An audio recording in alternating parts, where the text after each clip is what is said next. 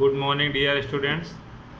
जो कल हमारा पेपर हुआ था 17 को, उसका ये केमिस्ट्री का पेपर है, इसकी आंसर की बताने जा रहे हैं। ये जो है मैंने बहुत ही सर्च करके आपको बता रहे हैं।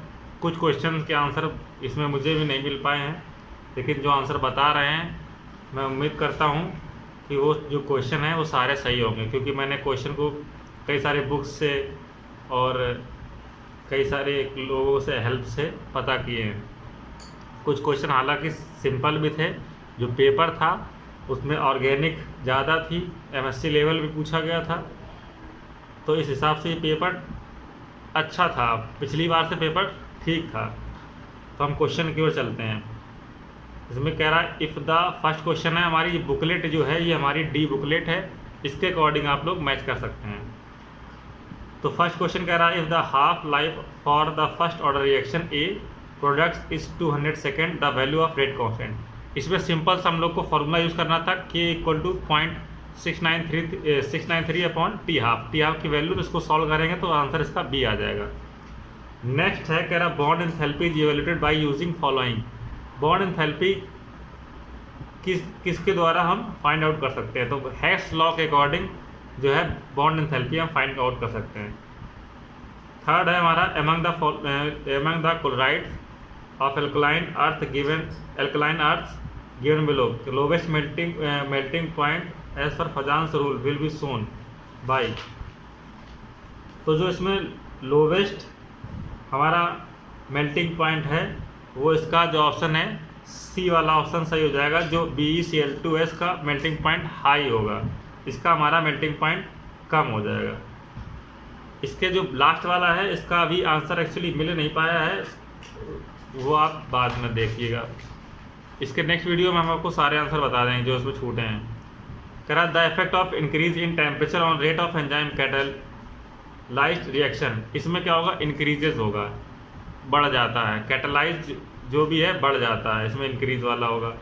नेक्स्ट है कह रहा है 3 gram urea is dissolve in 45 gram of water, the relative lowering of vapour pressure निकालना था। तो इसमें क्या करना था? इसमें P0 माइनस PS पर upon P0 value N2 upon N1 निकालना था। तो सिंपल सा इसका निकालना था 3 अपॉन यूरिया का निकालेंगे, 3/60 हो जाएगा, इसका 45/18 हो जाएगा। तो ये हमारा हो जाएगा N2, ये हमारा N1। तो इसलिए हिसाब से N2/N1 सॉल्व करेंगे तो इतना आ जाएगा 0.02। तो इसका ये वाला आंसर सही है। नेक्स्ट है why the presence of oxygen rate of chlorination methane. ये भी नहीं, लेकिन मोस्टली ये उम्मीद है कि ये सही होगा, ये वाला अभी क्लियर नहीं है। नेक्स्ट है कह रहा है the glucose molecules react with X molecule of phenyl hydrazine to yield osazone. तो कह रहा है इसमें जो फिनाइल हाइड्रोजीन है उसे कितने मोल्स लगते हैं? इसमें 3 मोल्स लगते हैं। 3 मोल्स लगते हैं तब ग्लूकोज ओसाजोन बनता है। इसके बाद नेक्स्ट पेज पे आते हैं। कह रहा है ये रिएक्शन हमारे पास दी गई है, इसमें रिएक्शन का नाम पूछा है कि कौन सा रिएक्शन है। तो जैसे कार्बाइड एलिमेंट रिएक्शन हमने पढ़ी है, वो भी ये नहीं है। सैंडमेयर पढ़ी है, वो भी ये नहीं है। तो ये किसी बेविन रिएक्शन है जिसमें क्या होता है, अगर NH2 है तो NH2 ग्रुप लग जाता है। यहाँ पर जैसे कोई और ग्रुप भी लगा हुआ है तो भी वहाँ पे ये प्रेडीन वगैरह में इसमें क्या लग जाता है? NH2 ग्रुप लग जाता है। इस हिसाब से चिचिबेन सही है, चिचिबेविन रिएक्शन सही है। नेक्स्ट है हमारा कह रहा NOCl और NNO3 react with liquid N2O4। इसमें क्या है? इसमें भी नहीं मिल पाया, लेकिन उम्मीद है कि इसमें N2O4 को तोड़ते हैं तो ये NO प्लस और NO3 माइनस में रहता है। तो इससे रिएक्शन कर रहा है, इसलिए उम्मीद है ये वाला सही होना चाहिए। नेक्स्ट है in the following reaction products A and B respectively are. कह रहा है NaOH Cl2 और हॉट एंड कंसनट्रेशन से अगर रिएक्शन कराते हैं तो हमें NaClO3 मिलता है। अगर ड्राई से कराते हैं इसकी रिएक्शन तो हमें ब्लीचिंग पाउडर मिलता है। तो यहाँ पर ये वाला ऑप्शन सही है, बट इस वाले में देखना है ये ब्रैकेट जो लगा हुआ है, ये ब्रैकेट नहीं लगा होना चाहिए, क्योंकि ब्लीचिंग पाउडर है उसका फॉर्मूला CaO केवल Cl2 होता है। लेकिन इस हिसाब से ये सही है आंसर, क्योंकि इस यहाँ पर वो ब्रैकेट यहाँ लगा होना चाहिए, यहाँ पे नहीं लगा होना चाहिए। इस हिसाब से ये क्वेश्चन के ऑप्शन ही गलत है, बट जो मोस्टली अप्रोप्रिएट ऑप्शन है वो यही वाला है, सी ऑप्शन इसका करेक्ट है। नेक्स्ट है हमारा कह रहा है among the given statement about the structure NH3 and H3O plus which one is incorrect। इसमें इनकरेक्ट पूछा गया है। तो कह रहा है number of lone pair of electron in an atom. जो एन नाइट्रोजन है उसमें इलेक्ट्रॉन लोन पेयर 1 होता है, बिल्कुल 1 होता है, क्योंकि 7 होते हैं। 2,5 लिखेंगे तो 3 शेयर कर लिए, 1 लोन पेयर हो गया। इसके पास भी 2 होते हैं, लेकिन एक इसने प्लस लगा दिया तो इसके पास लोन पेयर 1 बचा, जबकि यहाँ बता रहा है कि इसके पास 2 होंगे, तो ये वाला ऑप्शन इनकरेक्ट है, इसलिए ये ऑप्शन वाला सही है। इसमें कह रहा है ये हमारा पर कॉम्प्लेक्स था, तो अगर एम है तो इस पर कौन सा अप्रोप्रिएट आंसर होगा, तो इसमें ये वाला नीला हरा लाल यानी ब्लू रेड ग्रीन वाला ऑप्शन सही है, बी वाला 13 का बी वाला आंसर करेक्ट है। नेक्स्ट है हमारा, कह रहा which one of the following is responsible for lesser pressure of real gas. तो जो प्रेशर किसी में भी लगता है वो इंटरमॉलिकुलर फोर्सेस की वजह से लगता है, इसलिए ये वाला ऑप्शन सही है। नेक्स्ट है ये ऑर्डर ऑफ सुक्रोज है, हाइड्रोलिसिस ऑफ सुक्रोज है, तो इसमें पूछ रहा है कौन सा ऑर्डर होगा, तो हाइड्रोलिसिस ऑफ सुक्रोज हो, इसका जो हाइड्रोलिसिस है वो फर्स्ट ऑर्डर ऑफ रिएक्शन होती है, इसलिए इसका ऑर्डर 1 हो जाएगा हमारा। नेक्स्ट क्वेश्चन की ओर बढ़ते हैं। कह रहा है which position of when reactive phenanthrene. तो फिनेंथ्रीन का स्ट्रक्चर आपका ऐसा होता है, ये हमारा है, तो उसकी पोजीशन 1 2 3 4 5 6 7 8 9 10 होता है। तो ये जो पोजीशन है ये ज़्यादा रिएक्टिव होती है। इस पोजीशन को हम 8A बोलते हैं, इसको 10A बोलते हैं। ये 4A ये 4B होती है, ये 4A ये 4B होती है। तो इसकी पोजीशन के अकॉर्डिंग जो रिएक्टिव है वो 9 और 10 होता है। कह रहा है surface area of an adsorbent is calculated by using following reaction. तो सरफेस एरिया है वो BET इक्वेशन के द्वारा फाइंड आउट किया जाता है। नेक्स्ट कह रहा है monobasic acid has dissociation constant is equal to इतना 1.8, K दिया गया, C इतना दिया गया है, तो इसमें सिंपल सा K बराबर C अल्फा स्क्वायर निकालते हैं। तो C दिया गया है, अल्फा पूछा गया है, इसलिए आंसर इसको सॉल्व करेंगे तो ये वाला आ जाएगा 0.009492। कह रहा है the example of vat dye. Vat dye के एग्जाम्पल क्या होते हैं, इंडिगो, और भी हमारे पास होते हैं क्या, वुड होता है, एक टायरियम पर्पल होता है, इसलिए तो ये WAD और TYRIUN PURPL टायरियम पर्पल होता है। तो वेट का एग्जाम्पल इंडिगो, इस तरह से ये हो जाएगा। नेक्स्ट हमारा है, कह रहा ये हमारा दिया गया है UO2NO3 का होल थ्राइस, इसमें माइनस, इसमें कोऑर्डिनेशन नंबर और ज्योमेट्री पूछी गई है, जिससे कोऑर्डिनेशन नंबर 8 हो जाएगा, ज्योमेट्री हेक्सागोनल बाई पिरामिडल हो जाएगा। कह रहा है इसमें क्या है, photochemical of equivalence can only be applied to primary process, the statement was given by. ये स्टेटमेंट जो है आइंस्टीन ने दिया था, और जो भी ये इस फोटोकेमिकल इक्विवेलेंस है इसको स्टार्क आइंस्टीन लॉ कहा जाता है, बट सबसे पहले इसको किसने दिया था, आइंस्टीन ने दिया था। फोरोन क्या है, तो फोरोन का स्ट्रक्चर जो है हमारा ऐसा होता है, ये हमारा करेक्ट है आंसर इसका। नेक्स्ट कह रहा है ये रिएक्शन दी गई है हमारा नाइट्रेशन का, इसमें क्या पूछा है, HNO3 पूछा है। तो HNO3 जैसे आपको पता है कि HNO3 है, HNO3 अगर H2SO4 से रिएक्शन करता है तो इसका H लेता है और इसका OH लेते हैं, तो H2O बन जाता है और यहाँ पर NO2+ बनता है। तो ये OH दे रहा है, OH रिलीज कर रहा है, इसलिए बेस के उत्तर ये हमारा एक क्षार या बेस की तरह वर्क करेगा। इसमें क्या है, identify the x in the following reaction, इसमें BULI दिया गया है, इसमें इंटरमीडिएट पूछा गया है। तो इसमें हमने एक पढ़ी है रिएक्शन जिसमें क्या बनता है, कार्बिन, तो यहाँ भी कार्बिन जाएगा, BuBr2 निकल जाएगा और यहाँ पे कार्बिन बन जाएगा, क्योंकि यह लिथियम प्लस होता है ना, इसलिए ये माइनस है, तो ये यहाँ पर ये निकल जाएगा, ये प्लस रहेगा, ये माइनस रहेगा, तो ये BuBr2 निकल जाएगा, तो ये हमारा कार्बिन बन जाएगा। उसके बाद कह रहा है विच आयन पोजेसेस sp3d2, तो इसको सब में सॉल्व करेंगे तो जो sp3d2 हाइब्रिडाइजेशन है वो ICl4 माइनस का आ जाएगा।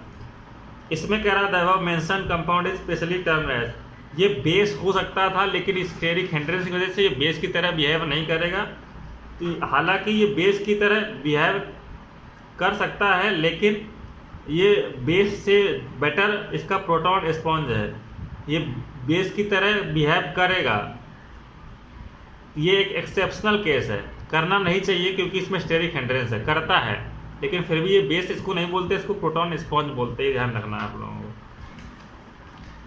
नेक्स्ट है कह रहा नाइट्रोजिनेज एंजाइम में को फैक्टर कौन होता है, तो को फैक्टर F, नाइट्रोजिनेज एंजाइम में Fe और MO होता है, इस हिसाब से इसमें MO हो जाएगा, तो ये ऑप्शन हमारा करेक्ट हो जाएगा।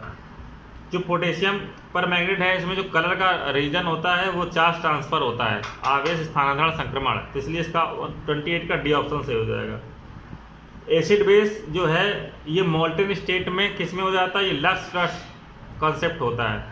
आर्हेनियस, लुइस, लॉरी और गॉस्टेट और लुइस जो है ये हमारे एसिड बेस के कंसेप्ट हैं, लेकिन ये हमारा लिक्विड स्टेट में होता है, मोल्टन स्टेट में नहीं होती है, हमारा अदर स्टेट में होता है। प्रोटॉन के अकॉर्डिंग होता है ये हमारा लॉरी ब्रॉन्स्टेड, और लॉरी जो होता है प्रोटॉन के अकॉर्डिंग लॉरी और ब्रॉन्स्टेड, और लुईस होता है इलेक्ट्रॉन पेयर के। जबकि लक्स फ्लड वाला होता है ये हमारा साल्ट वगैरह में यूज़ किया जाता है, तो उसको लक्स फ्लड कंसेप्ट बोलेंगे।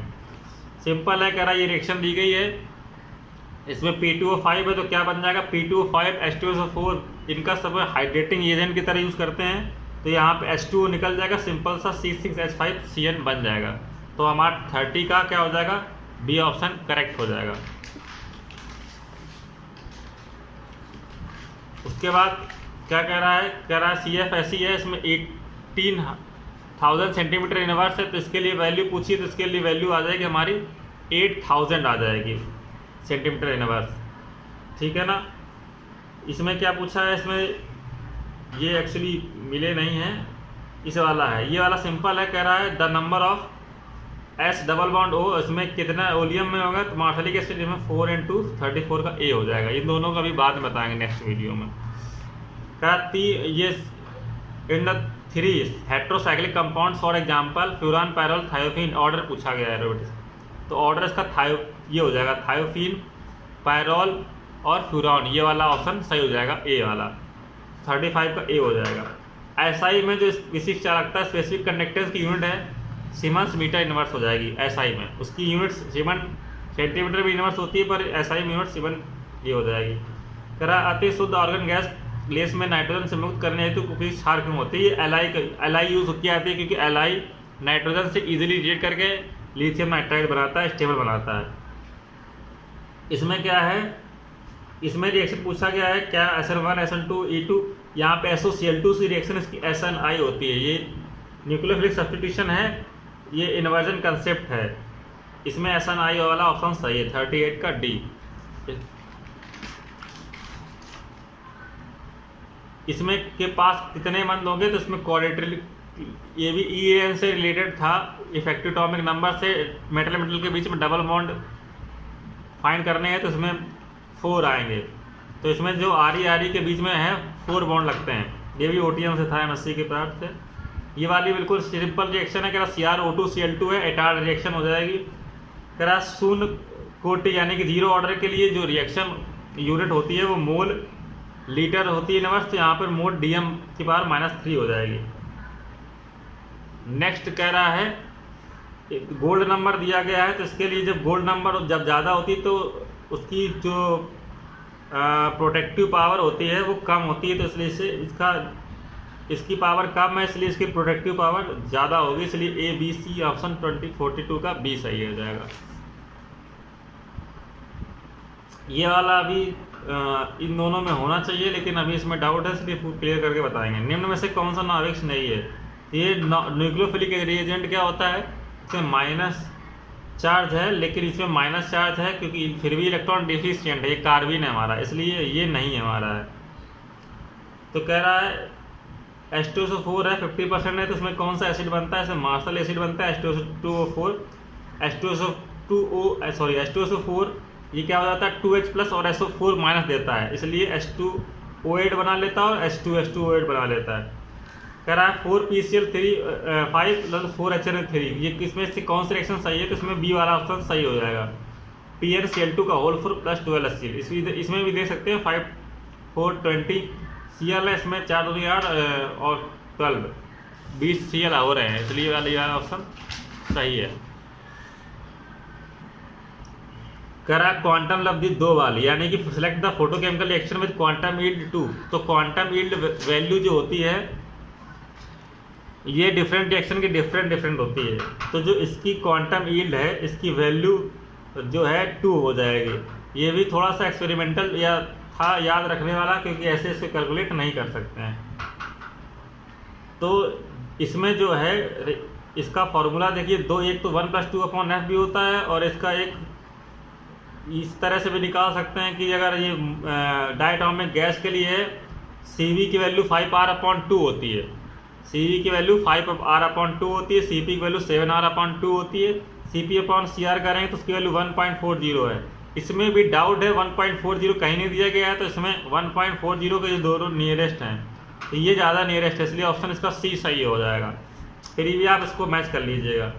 ये वाला अभी नहीं मिला है, ये वाला देखिए कह रहा है इन विच और the following orbital D orbital resonance is possible. तो डी ऑर्बिटल जिसमें होगा उसी में रेजोनेंस होगा। एफ सी के पास तो डी ऑर्बिटल होता ही नहीं है, एफ के पास भी डी ऑर्बिटल नहीं होता है, इसमें सीएल के पास डी ऑर्बिटल होता है। तो जो सीएल के पास डी ऑर्बिटल होता है इसीलिए इसमें रेजोनेंस पॉसिबल हो जाएगा। तो इसका ऑप्शन हमारा बी सही हो जाएगा। द कॉम्प्लेक्स नंबर जो है कह रहा है does not show geometrical isomerism. कौन सा ज्योमेट्रिकल आइसोमेरिज्म शो करेगा, ये भी थे अभी नहीं मिले हैं हमारे पास ये वाला, लेकिन ये वाला मिल चुका है हमारा। कह रहा है मोस्ट स्ट्रॉन्ग एसिड कौन सा है, तो हम लोग जानते हैं कि कार्बोक्सिलिक एसिड में आर्थो इफेक्ट सबसे ज़्यादा इफेक्टिव होता है। इसमें दो वाले एक इसमें आर्थ होता है, इसमें डबल आर्थ होते हैं। तो ये वाला है 50 का डी वाला ऑप्शन सही हो जाएगा। कह रहा है the collision theory takes place valid. Collision theory केवल बायोमोलिकुलर रिएक्शंस के लिए होता है, इसलिए ऑप्शन इसका सही हो जाएगा, सी सही हो जाएगा। ये हमारा थोड़ा एमएससी लेवल का है। कह रहा है the Miller indices of a crystal plane which cut through the crystal axes. तो मिलर इंडाइसिस पूछी गई है, तो जब भी ए बी सी दिया गया है इसके एलसीएम, इसमें जो भी यहाँ डिजिट लिखा होता है इनका एलसीएम ले लेते हैं 2 3 का एलसीएम 6 और डिवाइड कर देंगे। सभी में 6 के डिवाइड करेंगे 2/6 3/6 1/6, तो ये 3 to 6 हो जाएगा। इस हिसाब से हमारा ऑप्शन 55 का डी ऑप्शन करेक्ट हो जाएगा। कह रहा which of the following compound है सिलेंड्रिकल ज्योमेट्री। सिलेंड्रिकल ज्योमेट्री हमारी जानते हैं हम कि एथाइन की होती है, क्योंकि एथाइन जो है ये सिमेट्रिकल ज्योमेट्री होती है। सिलेंड्रिकल ज्योमेट्री का मतलब क्या है, जिसमें इनफाइनाइट नंबर ऑफ रिवोल्यूशन हो जाए। तो जो एथाइन मॉलिक्यूल है उसमें इनफाइनाइट नंबर ऑफ रिवोल्यूशन हो जाएगा। तो 56 का आंसर हमारा बी सही हो जाएगा। उसके बाद देखिए जैसे कह रहा which one of the following will have highest calculating power. तो ये हमारा नेगेटिव कोलाइड होता है, नेगेटिव कोलाइड होने की वजह से इस पे जो पावर है ये पॉजिटिव वाला हो जाएगा। तो हमारा इसका ऑप्शन ये वाला सही हो जाएगा 58 का बी। कह रहा है which intermediate form triptycene on reaction with anthracene. Anthracene के साथ रिएक्शन करके बेंजीन की रिएक्शन एंथ्रासिन से होती है, तब वो ट्रिप्टेसिन बनाता है। कह रहा है the synthesis of aromatic hydrocarbon can not be done by the process.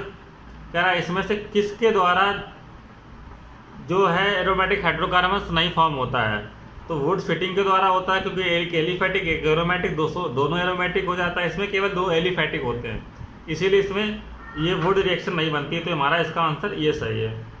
ये हमारा ये भी एमएससी लेवल का है। कह रहा है और ये रिएक्शन दी गई है, कह रहा है वो मिक्सर इस रिएक्शन का क्या नाम है। सब्स्टिट्यूशन नहीं है ये, क्योंकि इसमें कार्बोनिल ग्रुप ऐड हो रहा है। डायरेक्टली कार्बोनाइलेशन भी नहीं है। डायरेक्टली कार्बोनाइलेशन का मतलब है कि यहाँ पर केवल अगर मेटल लिखा होता, तो अगर मेटल कार्बोनिल बन जाता तो उसको डायरेक्ट कार्बोनाइलेशन बोलते हैं।